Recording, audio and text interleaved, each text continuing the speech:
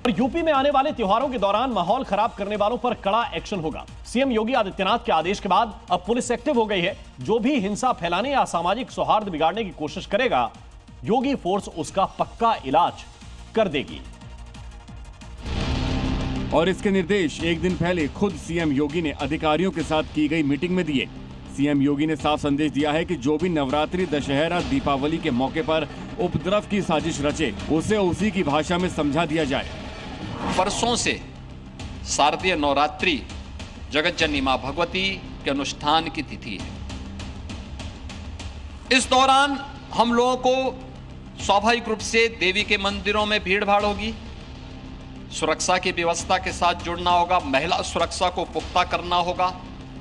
जवाबदेही के साथ वहां पर अगर कोई व्यक्ति सुरक्षा में सेंध लगाने की नियत से आया है तो वहां पर सख्ती से उसको निपटने की तैयारी भी होनी चाहिए। इससे पहले मीटिंग के दौरान सीएम योगी ने कानून व्यवस्था को लेकर की गई समीक्षा बैठक में निर्देश दिए कि त्योहारों का समय शांति, सुरक्षा और सुशासन के लिहाज से संवेदनशील है, लिहाजा पुलिस और प्रशासन को अलर्ट मोड पर रहना होगा। जो भी उपद्रव और हिंसा फैलाने की कोशिश करेगा, उससे सख्ती से निपटा जाए।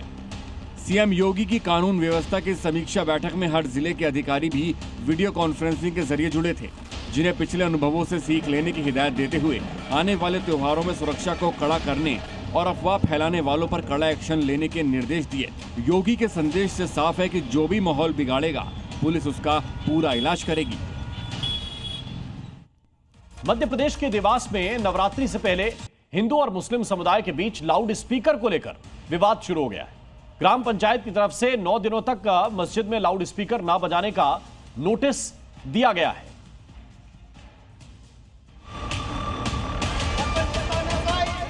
जिससे मुस्लिम पक्ष भड़क गया और इस फैसले का विरोध करते हुए भाईजान ने साफ कर दिया कि अजान लाउड स्पीकर से ही होगी। सिरे से खारिज करते हैं। क्या आगे क्या नाम है आपका? मेरा नाम मोहम्मद आरिफ है।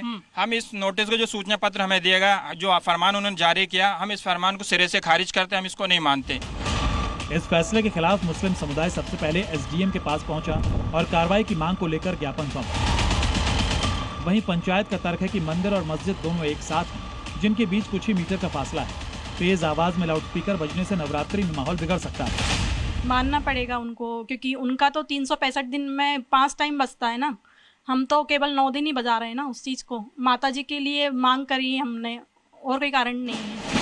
हिंदू पक्ष के कुछ लोगों का आरोप है कि जब दुर्गा आरती होती है तो जानबूझकर लाउड स्पीकर की आवाज बढ़ा दी जाती है। हमने कई बार उनको सूचना दी है दूरभाष पे कि आप थोड़ा लाउड स्पीकर कम करिए, लेकिन वो मानने को तैयार नहीं और तेज आवाज करते गए। तो अब इस मामले में हमारे गांव में जो है नवरात्रि का त्योहार चल ही रहा है, तो मेरे को दोनों पक्षों को देखना है। तो मैंने दोनों पक्षों में सहमति बनाने के लिए उनको लाउड स्पीकर बंद करने का आदेश निकाला था। हिंदू पक्ष ने यह भी साफ कर दिया कि गाँव में कट्टरपंथी सोच को बर्दाश्त तो नहीं किया जाएगा। लाउड स्पीकर पर छिड़े इस विवाद के बीच हिंदू पक्ष और मुस्लिम पक्ष का क्या कहना है, वो भी आप सुन लीजिए। सिर्फ हमने 9 दिन का बोला था उनसे कि 9 दिन आप कम करिए आवाज। इस वजह से पंचायत पूजन में दिक्कत होती है। हाँ, पूजन में दिक्कत होती है ना, क्योंकि पूजन होती है उसी समय अजान वगैरह करते हैं, उसमें आवाज तेज करते हैं। 365 दिन तो बजाते हैं। 9 दिन अगर मान लो उन्होंने कुछ गाइडलाइन से थोड़ा सा कम भी कर लेते हैं तो क्या दिक्कत है उनको? एक दिन में 5 बार इनका अजान होता है, तो ये 9 दिन के लिए अजान बंद नहीं कर सकते क्या? आरती के दौरान जब तेज आवाज में अजान होती है तो रिफ्लेक्शन होता है। रिफ्लेक्शन के दौरान जो हम श्रद्धालु हैं, हम जो आरती में फुल हम श्रद्धा से जाते हैं, तो उसमें व्यवधान आता है। सुप्रीम कोर्ट ने और हाई कोर्ट ने जो हमें अधिकार दिया उसके तहत और संविधान के जो अधिकार है उसके मुताबिक हम अजान होगी इंशाअल्लाह। और दिल्ली में कांवड़ यात्रा के बाद एक बार फिर नवरात्रि के मौके पर मीट की दुकानों पर बैन लगाने की मांग तेज हो गई है। बीजेपी विधायक करनैल सिंह ने इसके लिए मुख्यमंत्री रेखा गुप्ता को एक चिट्ठी लिखी है।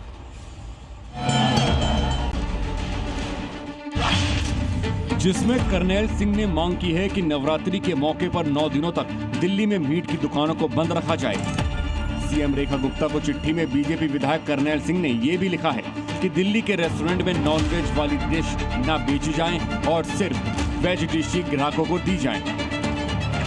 कि जो नवरात्रे के 7 दिन आते हैं, ये अपना बर्गर बेचें, जो अपने पिज़्ज़ा बेचें, लेकिन वो मांसाहारी ना हो, क्योंकि हमारी आस्था का सवाल है। और 7 दिन तक हमारे सभी हिंदुओं की दुकानें जो होती हैं, और आपने देखा भी होगा कितने बड़े से बड़ा होटल हो, कितने बड़े से बड़े वो हो, उसको कोई इस मीट को परोसता नहीं है। तो पश्चिमी सभ्यता के लोग हैं, हम इनसे मीटिंग भी करने वाले हैं। करनैल सिंह ने पिज्जा और बर्गर बेचने वाली कंपनियों से भी आग्रह किया है कि वो 9 दिनों तक मीट वाले प्रोडक्ट ना बेचें। पश्चिमी सभ्यता के जितने भी रेस्टोरेंट हैं, मैं उनके ऊपर कोई ब्लेम नहीं कर रहा हूं, क्योंकि उनकी सभ्यता में ऐसा नहीं है। और अब हम उनको कहेंगे और उनसे अनुरोध करेंगे कि भारत में अपनी चेन स्टोर चलाना है तो भारत की सभ्यता को भी मानना होगा और हमारी आस्थाओं को भी ठेस ना पहुंचे, ऐसा काम करना है। करनैल सिंह ने साफ किया है कि भारत में रहना है तो सनातन का सम्मान करना होगा। बॉलीवुड मॉडल और एक्ट्रेस पूनम पांडे का नाम एक बार फिर विवादों से जुड़ गया है। वजह है उनका इस साल दिल्ली की रामलीला में मंदोदरी का किरदार निभाना, जिसे लेकर हिंदू संगठनों और संतों ने कड़ा विरोध किया है। रामलीला के मंच से उन्हें हटाने की मांग की है। लवकुश रामलीला कमेटी ने पूनम पांडे को रावण की पत्नी मंदोदरी के किरदार का मौका दिया, जिस पर हिंदू संगठन ऐतराज जता रहे हैं और उनकी बोल्ड छवि और विवादों से नाम जुड़ा रहने की वजह से उन्हें हटाने की मांग कर रहे हैं। एक प्रकार से इस संस्कार व्यवस्था पर आघात जैसा है। वो एक आज की तारीख में वो एक ऑब्जेक्टिव बन गई है पूनम पांडे, पर ऐसी कोई भी हो उसको किसी भी रामलीला में अभिनय करने के लिए स्थान नहीं मिलना चाहिए, ऐसा हमारा मानना है। विश्व हिंदू रक्षा परिषद के अध्यक्ष गोपाल राय ने भी रामायण को धार्मिक भावनाओं का प्रतीक बताते हुए पूनम पांडे को पाश्चात्य संस्कृति से प्रेरित होने की दलील देते हुए हटाने की मांग की है।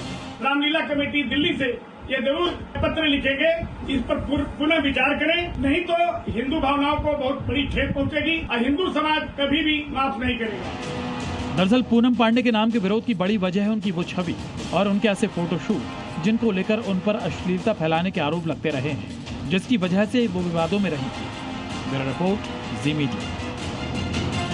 पूनम पांडे को रामलीला में मंदोदरी के किरदार से निकाले जाने की मांग संत समाज की तरफ से भी हुई, लेकिन लवकुश रामलीला कमेटी ने इस विरोध को सही नहीं ठहराया।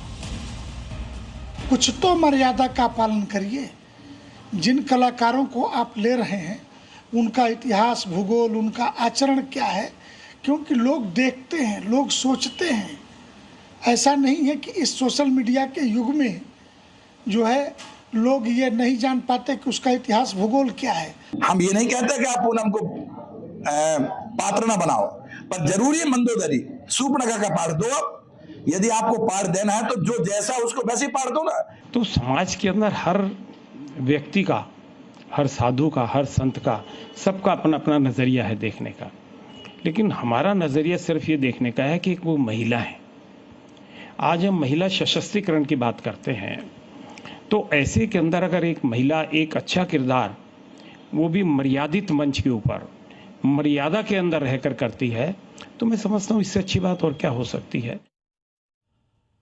उधर कथावाचक अनिरुद्धाचार्य अपने एक और बयान को लेकर एक बार फिर से विवादों में हैं। बॉलीवुड को लेकर अनिरुद्धाचार्य ने तीखा बयान देते हुए कहा कि बॉलीवुड से मन में गंदगी आती है।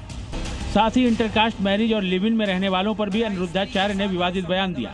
अनिरुद्धाचार्य ने कहा कि जो लोग लिव इन रिलेशन में रहते हैं उन्हें उनकी बात बुरी लगेगी, लेकिन ये पाप है। अनिरुद्धाचार्य ने इस दौरान ये भी बता दिया कि कलयुग में कंस कैसे पैदा होते हैं। अनिरुद्धाचार्य ने यह भी कहा कि भारत के लोग ईर्ष्या की भावना में जलते रहते हैं। हमारे पड़ोसी देश तरक्की कर रहे हैं, अमेरिका, जापान, और हम सिर्फ जलते हैं, कुछ नहीं करते। और कथावाचक अनिरुद्धाचार्य के बयान पर लोगों की क्या राय सामने आई है, वो आप इस रिपोर्ट में देखिए। मैं सोचती हूँ कि लिव इन में रहना ये आपकी अपनी मर्जी है, जो जिसको पसंद है वो कर सकता है, और ऐसी कोई बात नहीं है कि कंस वगैरह, तो डिपेंड करता है पर्सन टू पर्सन। मुझे लगता है उनको पब्लिकली ये बयान नहीं देने चाहिए, एंड आई थिंक अगर वो बोलते हैं तो वो बहुत रिस्पॉन्सिबल होने चाहिए इन चीज़ों को लेके, और क्योंकि कथावाचक हैं, कितनों को इंस्पायर करते हैं, तो ये अब शब्द उनको यूज़ नहीं करना चाहिए। तो उन्हें जो भी बात बोलनी चाहिए उन्हें सबके सेंटिमेंट्स को ध्यान में रख के बोलना चाहिए। और ये भी गलत नहीं है कि लिव इन में रहना या रहना सबकी अपनी अपनी चॉइस है, सबके अपने अपने ओपिनियंस हैं। मे बी मैं नहीं सोच रही हूँ कि लिव इन में रहना इज़ करेक्ट, कुछ लोग सोचते हैं कि लिव इन में रहना इज़ करेक्ट या रॉन्ग, वो उनकी अपनी चॉइस है, बट उसके लिए आप किसी एक पर्टिकुलर जेंडर को आप टारगेट नहीं कर सकते हैं। उधर बरेली में इत्तेहादे मिल्लत काउंसिल के प्रमुख मौलाना तौकीर रजा के सड़क पर उतरने की उन्होंने अब चेतावनी दे दी। तौकीर रजा ने कहा कि उनके मजहब के साथ गुस्ताखी करने वालों पर सख्त एक्शन हो। और एक हफ्ते के अंदर कार्रवाई होनी चाहिए। तौकीर रजा ने आरोप लगाया कि आज मुसलमान कहीं भी सुरक्षित नहीं है। धर्म परिवर्तन के नाम पर एक तरफा कार्रवाई हो रही है, उनके मजहब का अपमान किया जा रहा है और आरोपियों पर अगर 7 दिन में कार्रवाई नहीं हुई तो वो सड़कों पर उतरने के लिए मजबूर होंगे।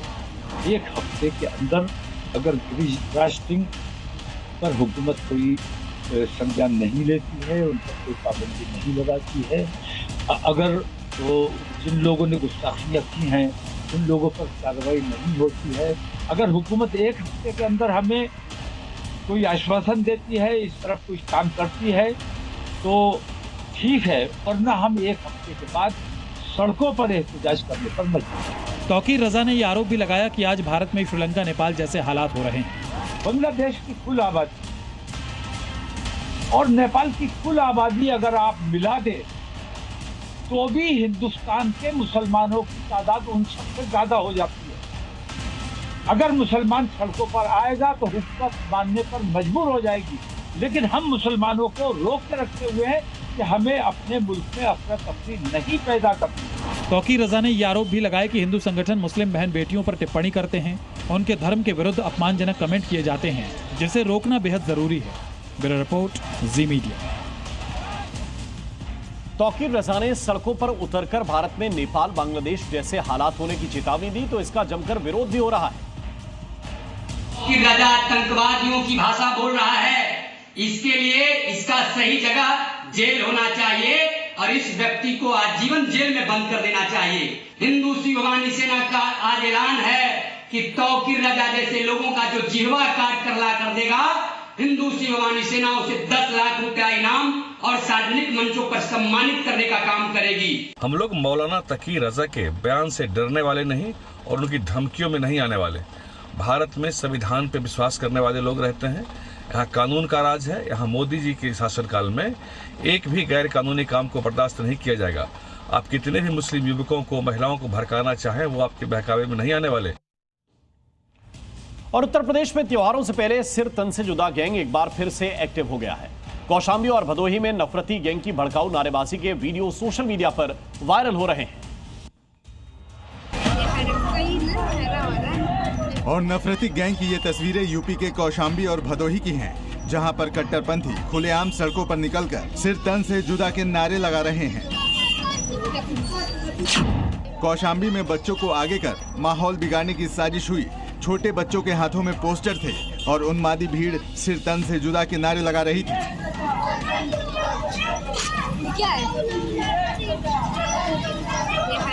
वीडियो सामने आने के बाद इलाके में तनाव है।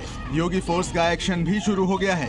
पुलिस ने कई लोगों को हिरासत में ले लिया है। वीडियो जो है सोशल मीडिया पर वायरल है, जिसके आधार पर पुलिस ने थाना मंदिर की पुलिस ने तत्काल संज्ञान लेते हुए संगत धाराओं में अभियोग पंजीकृत कर लिया है और जो बच्चे ऐसी अपमानजनक भाषा का प्रयोग कर रहे थे वीडियो में, उन्हें हिरासत में लेकर के पूछताछ किया जा रहा है। ऐसी ही तस्वीर यूपी के भदोही में भी दिखाई दी, जहां शुक्रवार को जुमे की नमाज के बाद पोस्टर के साथ मुस्लिमों ने जुलूस निकाला। इस दौरान धार्मिक नारों के साथ अचानक गुस्ताखे नबी की एक सजा, सिर तन से जुदा के नारे लगने लगे, जिसके बाद पुलिस ने तुरंत एक्शन लेते हुए कुछ लोगों को हिरासत में ले लिया। दोनों ही थानों में, थाना भदोही और थाना औराई में जहाँ की वीडियो सामने आई है, दोनों ही थानों में इसमें अभियोग पंजीकृत कर अग्रिम कार्रवाई की जा रही है और कुछ लोगों को हिरासत में भी ले लिया गया है। दरअसल कानपुर में आई लव मोहम्मद लिखे बैनर को लेकर हंगामा हुआ, जिसके बाद अफवाह फैलाई गई कि आई लव मोहम्मद लिखने पर कानपुर में FIR दर्ज हुई, जिसके विरोध में भदोही में जुलूस निकल रहा था।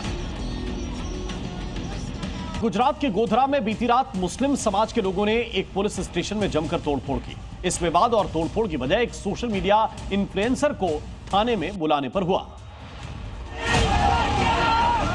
जिसके विरोध में सैकड़ों की तादाद में मुस्लिम समाज के लोगों ने B डिवीजन पुलिस स्टेशन का घेराव कर लिया और पहले जमकर हंगामा किया और फिर तोड़फोड़ शुरू कर दी। बताया गया कि पुलिस ने इस इन्फ्लुएंसर को भड़काऊ पोस्ट वायरल न करने को लेकर थाने में समझाने के लिए बुलाया था, लेकिन भीड़ इस बात से नाराज थी।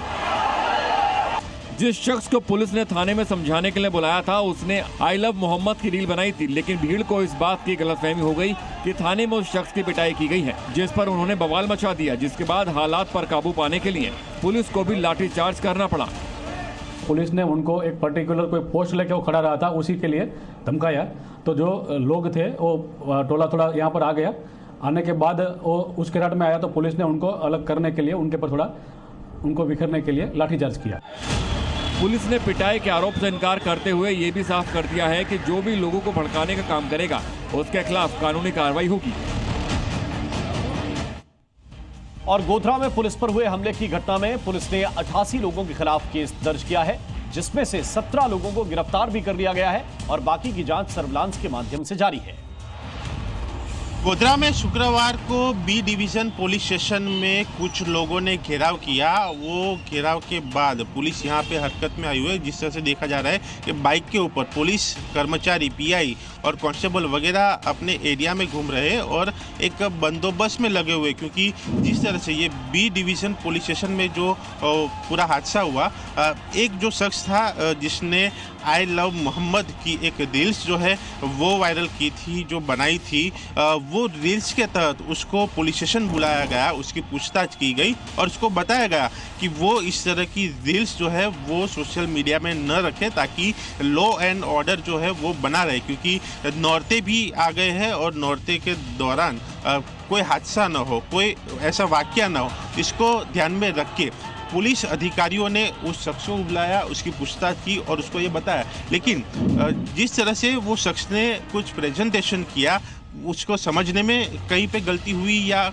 उसका इंटेंशन ऐसा कुछ था कि लोगों को लेके वो पुलिस स्टेशन पहुंचा और यहाँ पे घेराव करके जो पुलिस के ऊपर हमला किया गया, उसमें 2 कर्मचारी उसको लगा हुआ है, वो घायल हुए थे और साथ ही में उसके बाद पुलिस ने भी कार्रवाई की, लाठीचार्ज की और लोगों को यहाँ से दूर किया।